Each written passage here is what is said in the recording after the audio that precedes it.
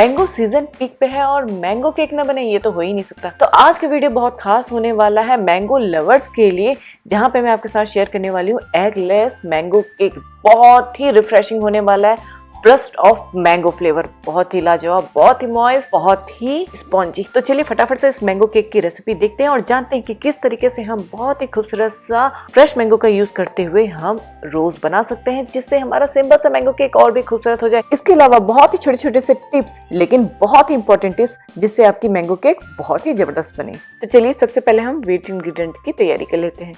तो बड़े से मिक्सिंग बोल में हमें ले लेना है लगभग 1/4 कप अनफ्लेवर्ड ऑयल, यानी कि जिसमें कोई फ्लेवर नहीं होता। इस पर हम डाल देते हैं 3 बड़ी चम्मच चीनी।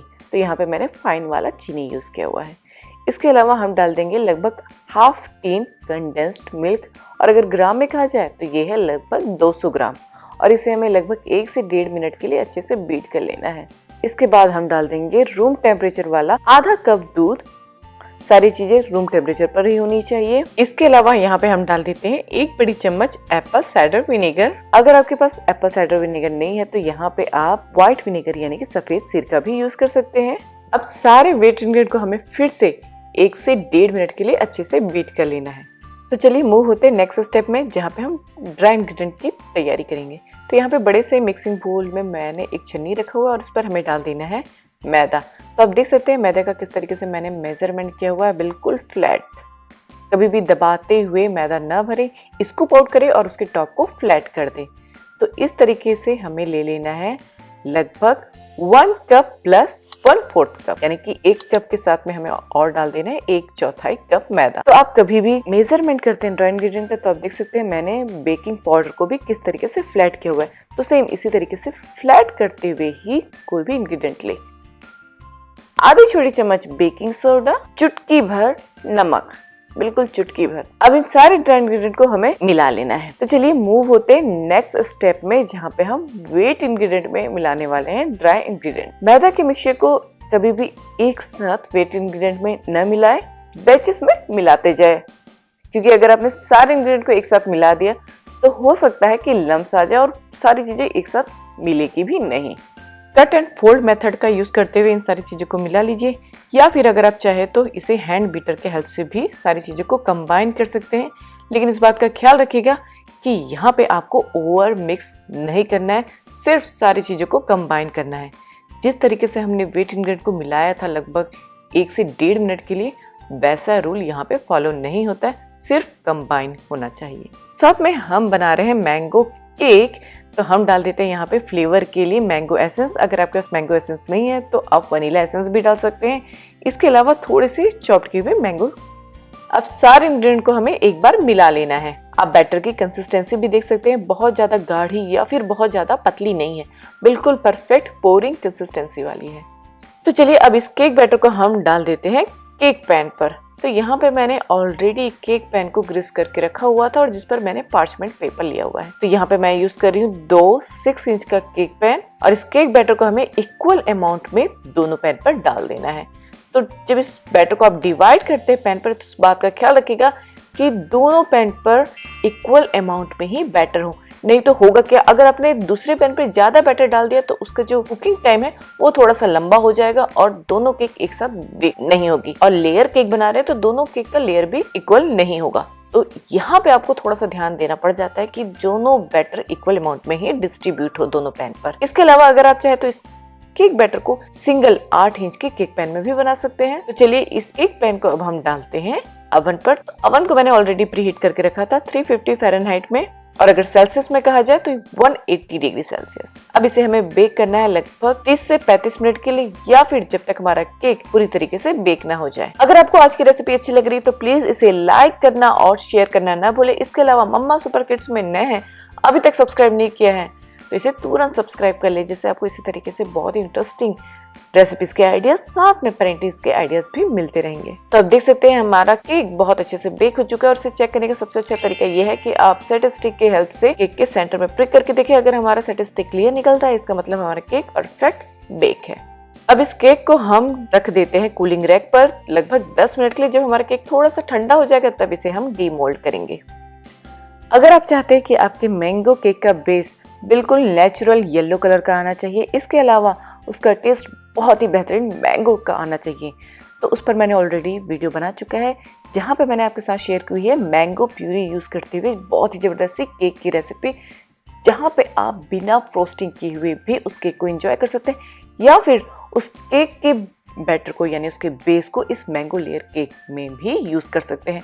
उसका लिंक आपको डिस्क्रिप्शन बॉक्स में मिल जाएगा, तो उसे चेक जरूर कर लीजिएगा। वो केक बहुत ही डिलीशियस, बहुत ही टेस्टी है, जहाँ पे आपको नेचुरल येलो कलर मिलेगा मैंगो केक के बेस में।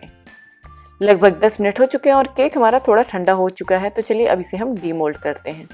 तो चलिए इस केक के बेस को भी हम देख लेते हैं। ये देखिए बहुत ही परफेक्ट कलर आया हुआ है, बहुत ही ज़बरदस्त लग रहा है केक हमारा और बहुत ही मॉइस्ट बना है। आप देख सकते हैं, देखने से ही पता चल रहा है कि हमारा केक कितना ज़बरदस्त लग रहा है, बहुत ही स्पंजी, बहुत ही डिलीशियस। तो चलिए अब इस केक की हम लेयरिंग करना स्टार्ट करते हैं। लेकिन आइसिंग करने से पहले इस बात का ख्याल रखिएगा कि केक हमारा पूरी तरीके से ठंडा होना चाहिए, उसके बाद ही आइसिंग स्टार्ट करिए। तो चलिए केक की भी आइसिंग बना लेते हैं। तो यहाँ पे बड़े से मिक्सिंग बोल में मैंने लिया हुआ है रूम टेम्परेचर वाला क्रीम चीज। तो अगर ओंस में कहा जाए तो ये है 4 ओंस और अगर कप में कहा जाए तो ये है हाफ कप। अब इस पर हम डाल देते हैं पाउडर्ड शुगर, इसे आइसिंग शुगर भी कहा जाता है। अब इन सारी चीजों को हम अच्छे से बीट कर लेते हैं। जब सारी चीजें अच्छे से मिल जाए तब हमें यहाँ पे डाल देना है चिल्ड डेयरी व्हिपिंग क्रीम। अगर आप non dairy whipping cream use करते हैं तो आपको यहाँ पे क्रीम चीज डालने की कोई भी जरूरत नहीं है, या फिर अगर आपके नॉन डेयरी व्हिपिंग क्रीम में पहले से चीनी डली हुई है तो आपको चीनी भी डालने की जरूरत नहीं है। सिर्फ नॉन डेयरी व्हिपिंग क्रीम को आपको अच्छे से बीट कर लेना है। अब आप लोगों में से बहुत सारे लोगों का ये क्वेश्चन होगा कि मैं यहाँ पे क्रीम चीज क्यों यूज कर रही हूँ डेयरी हैवी व्हिपिंग क्रीम में। इसका बहुत ही सिंपल सा जवाब है, जो हमारी डेयरी व्हिपिंग क्रीम होती है उसे स्टेबल करना थोड़ा सा मुश्किल हो जाता है, तो हमें यूज करना पड़ता है क्रीम चीज। सेकंड, आपके मन में सवाल उठा होगा कि जब हम इस पे क्रीम चीज यूज कर रहे हैं तो क्या इस केक की आइसिंग बिल्कुल क्रीम चीज जैसे नहीं हो जाएगी? तो इसका बहुत ही सिंपल सा जवाब है नहीं, इसका टेस्ट बहुत ही जबरदस्त रहता है। अब नेक्स्ट क्वेश्चन ये होगा कि मैं नॉन डेयरी व्हिपिंग क्रीम क्यों यूज नहीं करती हूँ? क्योंकि उसे बनाना बहुत ईजी होता है, केक हमारा स्टेबल रहेगा, ना ही वहाँ पे हमें क्रीम चीज यूज करने की जरूरत होगी। इसका जवाब बहुत ही लंबा है, लेकिन यहाँ पे मैं आपको शॉर्ट में बता देती हूँ कि जो non dairy heavy whipping cream होता है वो हेल्थ वाइज अच्छा नहीं होता, इसलिए पर्सनली मैं उसे अवॉइड करती हूँ। अगर आपको इसके बारे में बहुत ज्यादा डिटेल में जानना है तो उस पर मैंने ऑलरेडी वीडियो बना चुका है, तो उसका लिंक आपको डिस्क्रिप्शन बॉक्स में मिल जाएगा, तो आप उसे चेक जरूर कर लीजिएगा, जिससे आपको आपके सारे क्वेरी, जितने भी आपके सवाल है, वहाँ पे सब कुछ क्लियर हो जाएंगे। तो चलिए मूव होते हैं रेसिपी पर, और इसे हमें बीट करना है हमारी क्रीम को जब तक कि स्टिफ पीक पर ना आ जाए। तो आप देख सकते हैं कि हमारी जो क्रीम है बहुत अच्छे से बीट हो चुकी है, बहुत अच्छे से स्टिफ पीक पकड़ चुका है। तो चलिए मूव होते हैं नेक्स्ट स्टेप में। तो सबसे पहले हम केक के टॉप को फ्लैट कर लेते हैं, और आप देख सकते हैं कि बहुत ही स्पॉन्जी लग रहा है केक। अंदर से जितने भी एयर पॉकेट्स बने हुए हैं उसको देख के आप समझ ही सकते हैं कि केक हमारा बहुत ही लाजवाब बना है। तो चलिए केक की लेयरिंग करना स्टार्ट करते हैं। तो यहाँ पे मैंने केक बोर्ड पर रख दिया हमारा केक का बेस, और उस पर मैंने स्प्रेड किया हुआ है मैंगो प्यूरी। यहाँ पे मैं कैंड मैंगो प्यूरी यूज कर रही हूँ। अगर आप चाहे तो फ्रेश ड्राइड स्वीट मैंगो की प्यूरी बना के भी उसे स्प्रेड कर सकते हैं, लेकिन इस बात का ख्याल रखिएगा कि मैंगो हमारा स्वीट रहना चाहिए। उस पर हम डाल देते थोड़े से चॉप किए हुए मैंगो, और जो हमारा सेकंड केक है और उस पर हम स्प्रेड कर देते हैं व्हिप्ड क्रीम। अगर आपको बहुत ज्यादा व्हिप्ड क्रीम पसंद आता है तो इस मैंगो चंक्स के ऊपर भी आप व्हिप्ड क्रीम लगा सकते हैं। अब इस केक के बेस को मैंने रख दिया है चॉप किए हुए मैंगो के ऊपर, और अच्छे से इसे सेट कर दिया है।